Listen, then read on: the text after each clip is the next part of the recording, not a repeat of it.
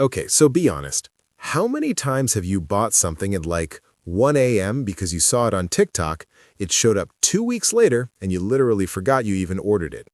And then you're sitting there at the end of the month like, where did all my money go when there's a pile of unopened packages by your door? Yeah, that's what we need to talk about. So, this is going to sound dramatic, but I'm dead serious. Social media is designed to make you broke. Not in an obvious click this ad way, it's way more sneaky than that. And it's working. Like there's actual data showing this costs people billions every year. I'm going to break down exactly how they're playing you, and then we're going to fix it, because once you see the pattern, you can't unsee it.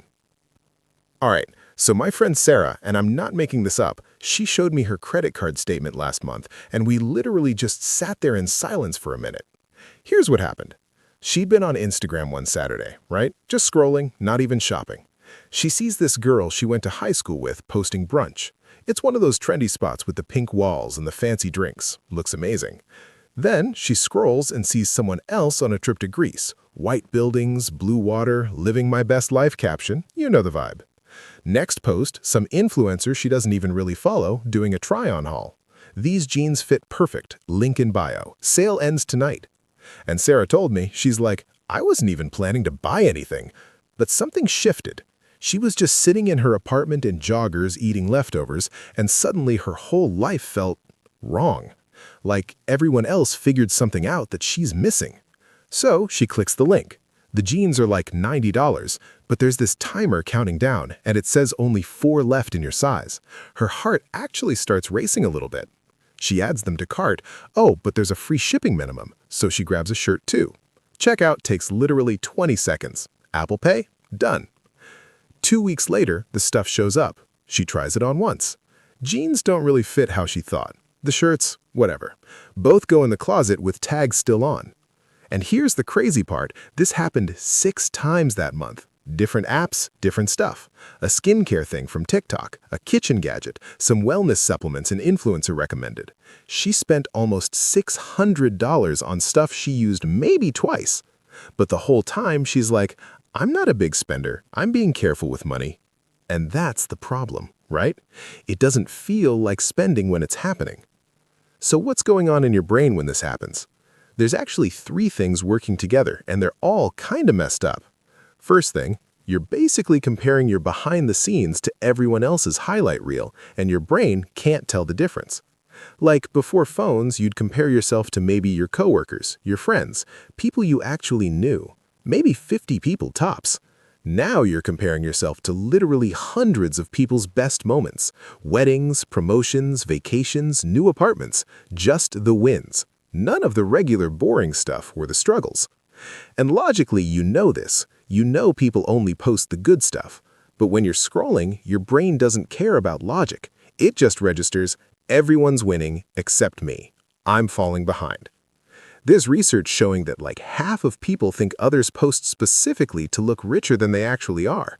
We all know it's fake, but the feeling hits anyway. Second thing, FOMO is literally a loop that feeds itself. You feel like you're missing out, so you check Instagram more. The more you check, the more you see stuff you're missing. The more you see, the more anxious you get. So you buy something to make that feeling go away. Except it doesn't go away because now there's something else to want. It never ends. The anxiety just moves to the next thing. Studies show like 2/3 of people have felt FOMO anxiety. If you're watching this, you're probably one of them. Third thing, and this one makes me actually angry, these apps removed every possible barrier between wanting something and buying it, and they did it on purpose.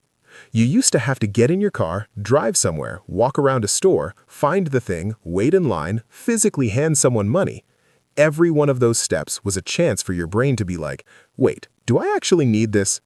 Now, you see it, you want it, you own it in 45 seconds. Instagram shop, TikTok shop, one-click checkout, card already saved. There's countdown timers making you panic, low stock warnings, all of it designed to shut off the part of your brain that thinks rationally. You're not weak for falling for this. You're up against engineers who spent years studying your brain specifically to make you spend before you realize what's happening. And okay, here's the thing that annoys me.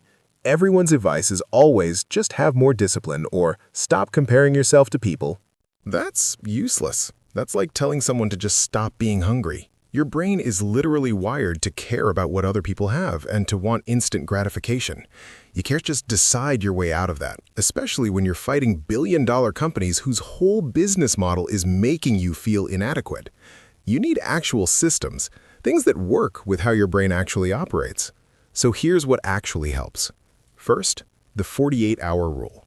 Anything over $25 that's not actually necessary, it goes on a list and you wait 2 full days. No exceptions. I know what you're thinking, but the sale ends tonight. Yeah, that's the point. That urgency is fake. They want you panicking. Take a screenshot, save it in your notes, whatever, but you cannot buy it for 48 hours. What happens is one of 2 things. Either you completely forget about it, which means you never wanted it in the first place, or you still want it 2 days later, but now it's an actual decision instead of just your brain on autopilot. The research backs this up too. More than half of people who impulse buy off social media regret at least one purchase.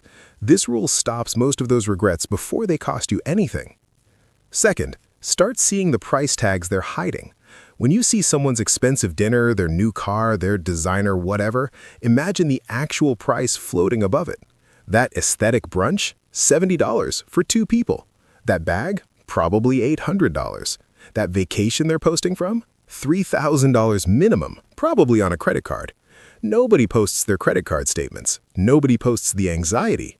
You see the highlight. Your brain makes up a story. They're rich, they're successful, they have it all together. But all that actually happened is they spent money. That's it. Those are 2 completely different things. I saw this stat that like 60% of Gen Z feels pressure to spend to keep up with people online. But you're not keeping up. You're going broke trying to match someone else's fiction. Third thing, make a FOMO fund. Figure out what you normally blow on random impulse stuff in a month. For most people, it's somewhere between $50 and $200. Take that amount and put it in a totally separate savings account. Label it something like Stuff I Actually Want or Experiences Fund. This works because you're not trying to become someone who never buys anything. That's not realistic. But instead of 15 random purchases you forget about, you're saving up for one thing you actually choose when you're thinking clearly. A trip, a concert, something that matters. Fourth, treat your feed like it's actively trying to rob you, because honestly, it is. Go through everyone you follow. If an account consistently makes you feel jealous, inadequate, or like you need to buy something, gone. Unfollow, mute.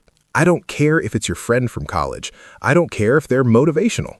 If their posts make you reach for your card, they're costing you money. Replace them with stuff that actually helps you. Accounts that teach you things, make you laugh, whatever. Your feed is your mental environment. You wouldn't let someone stand in your apartment screaming ads at you. Stop letting them do it through your phone. Last one, translate it into hours of your life. Apps want you thinking in dollars because dollars are abstract. Your brain doesn't really get what $90 means. But hours? Hours you understand. If you make $18 an hour after tax, that $90 impulse buy isn't money. It's 5 hours of your actual life. 5 hours you sat in meetings, dealt with customers, did whatever your job is. Is that thing worth 5 hours of your time? When you frame it like that, the answer becomes real obvious real fast. Look, social media is not going anywhere, and these companies are going to keep getting better at this, but you don't have to keep playing their game. The FOMO tax is optional. You've just been paying it without realizing. 48-hour rule, see the price tags, FOMO fund, audit your feed. Make it about time, not money. Even just 2 of these, and I promise your account looks different in a month. If this clicked for you, throw it a like so other people see it.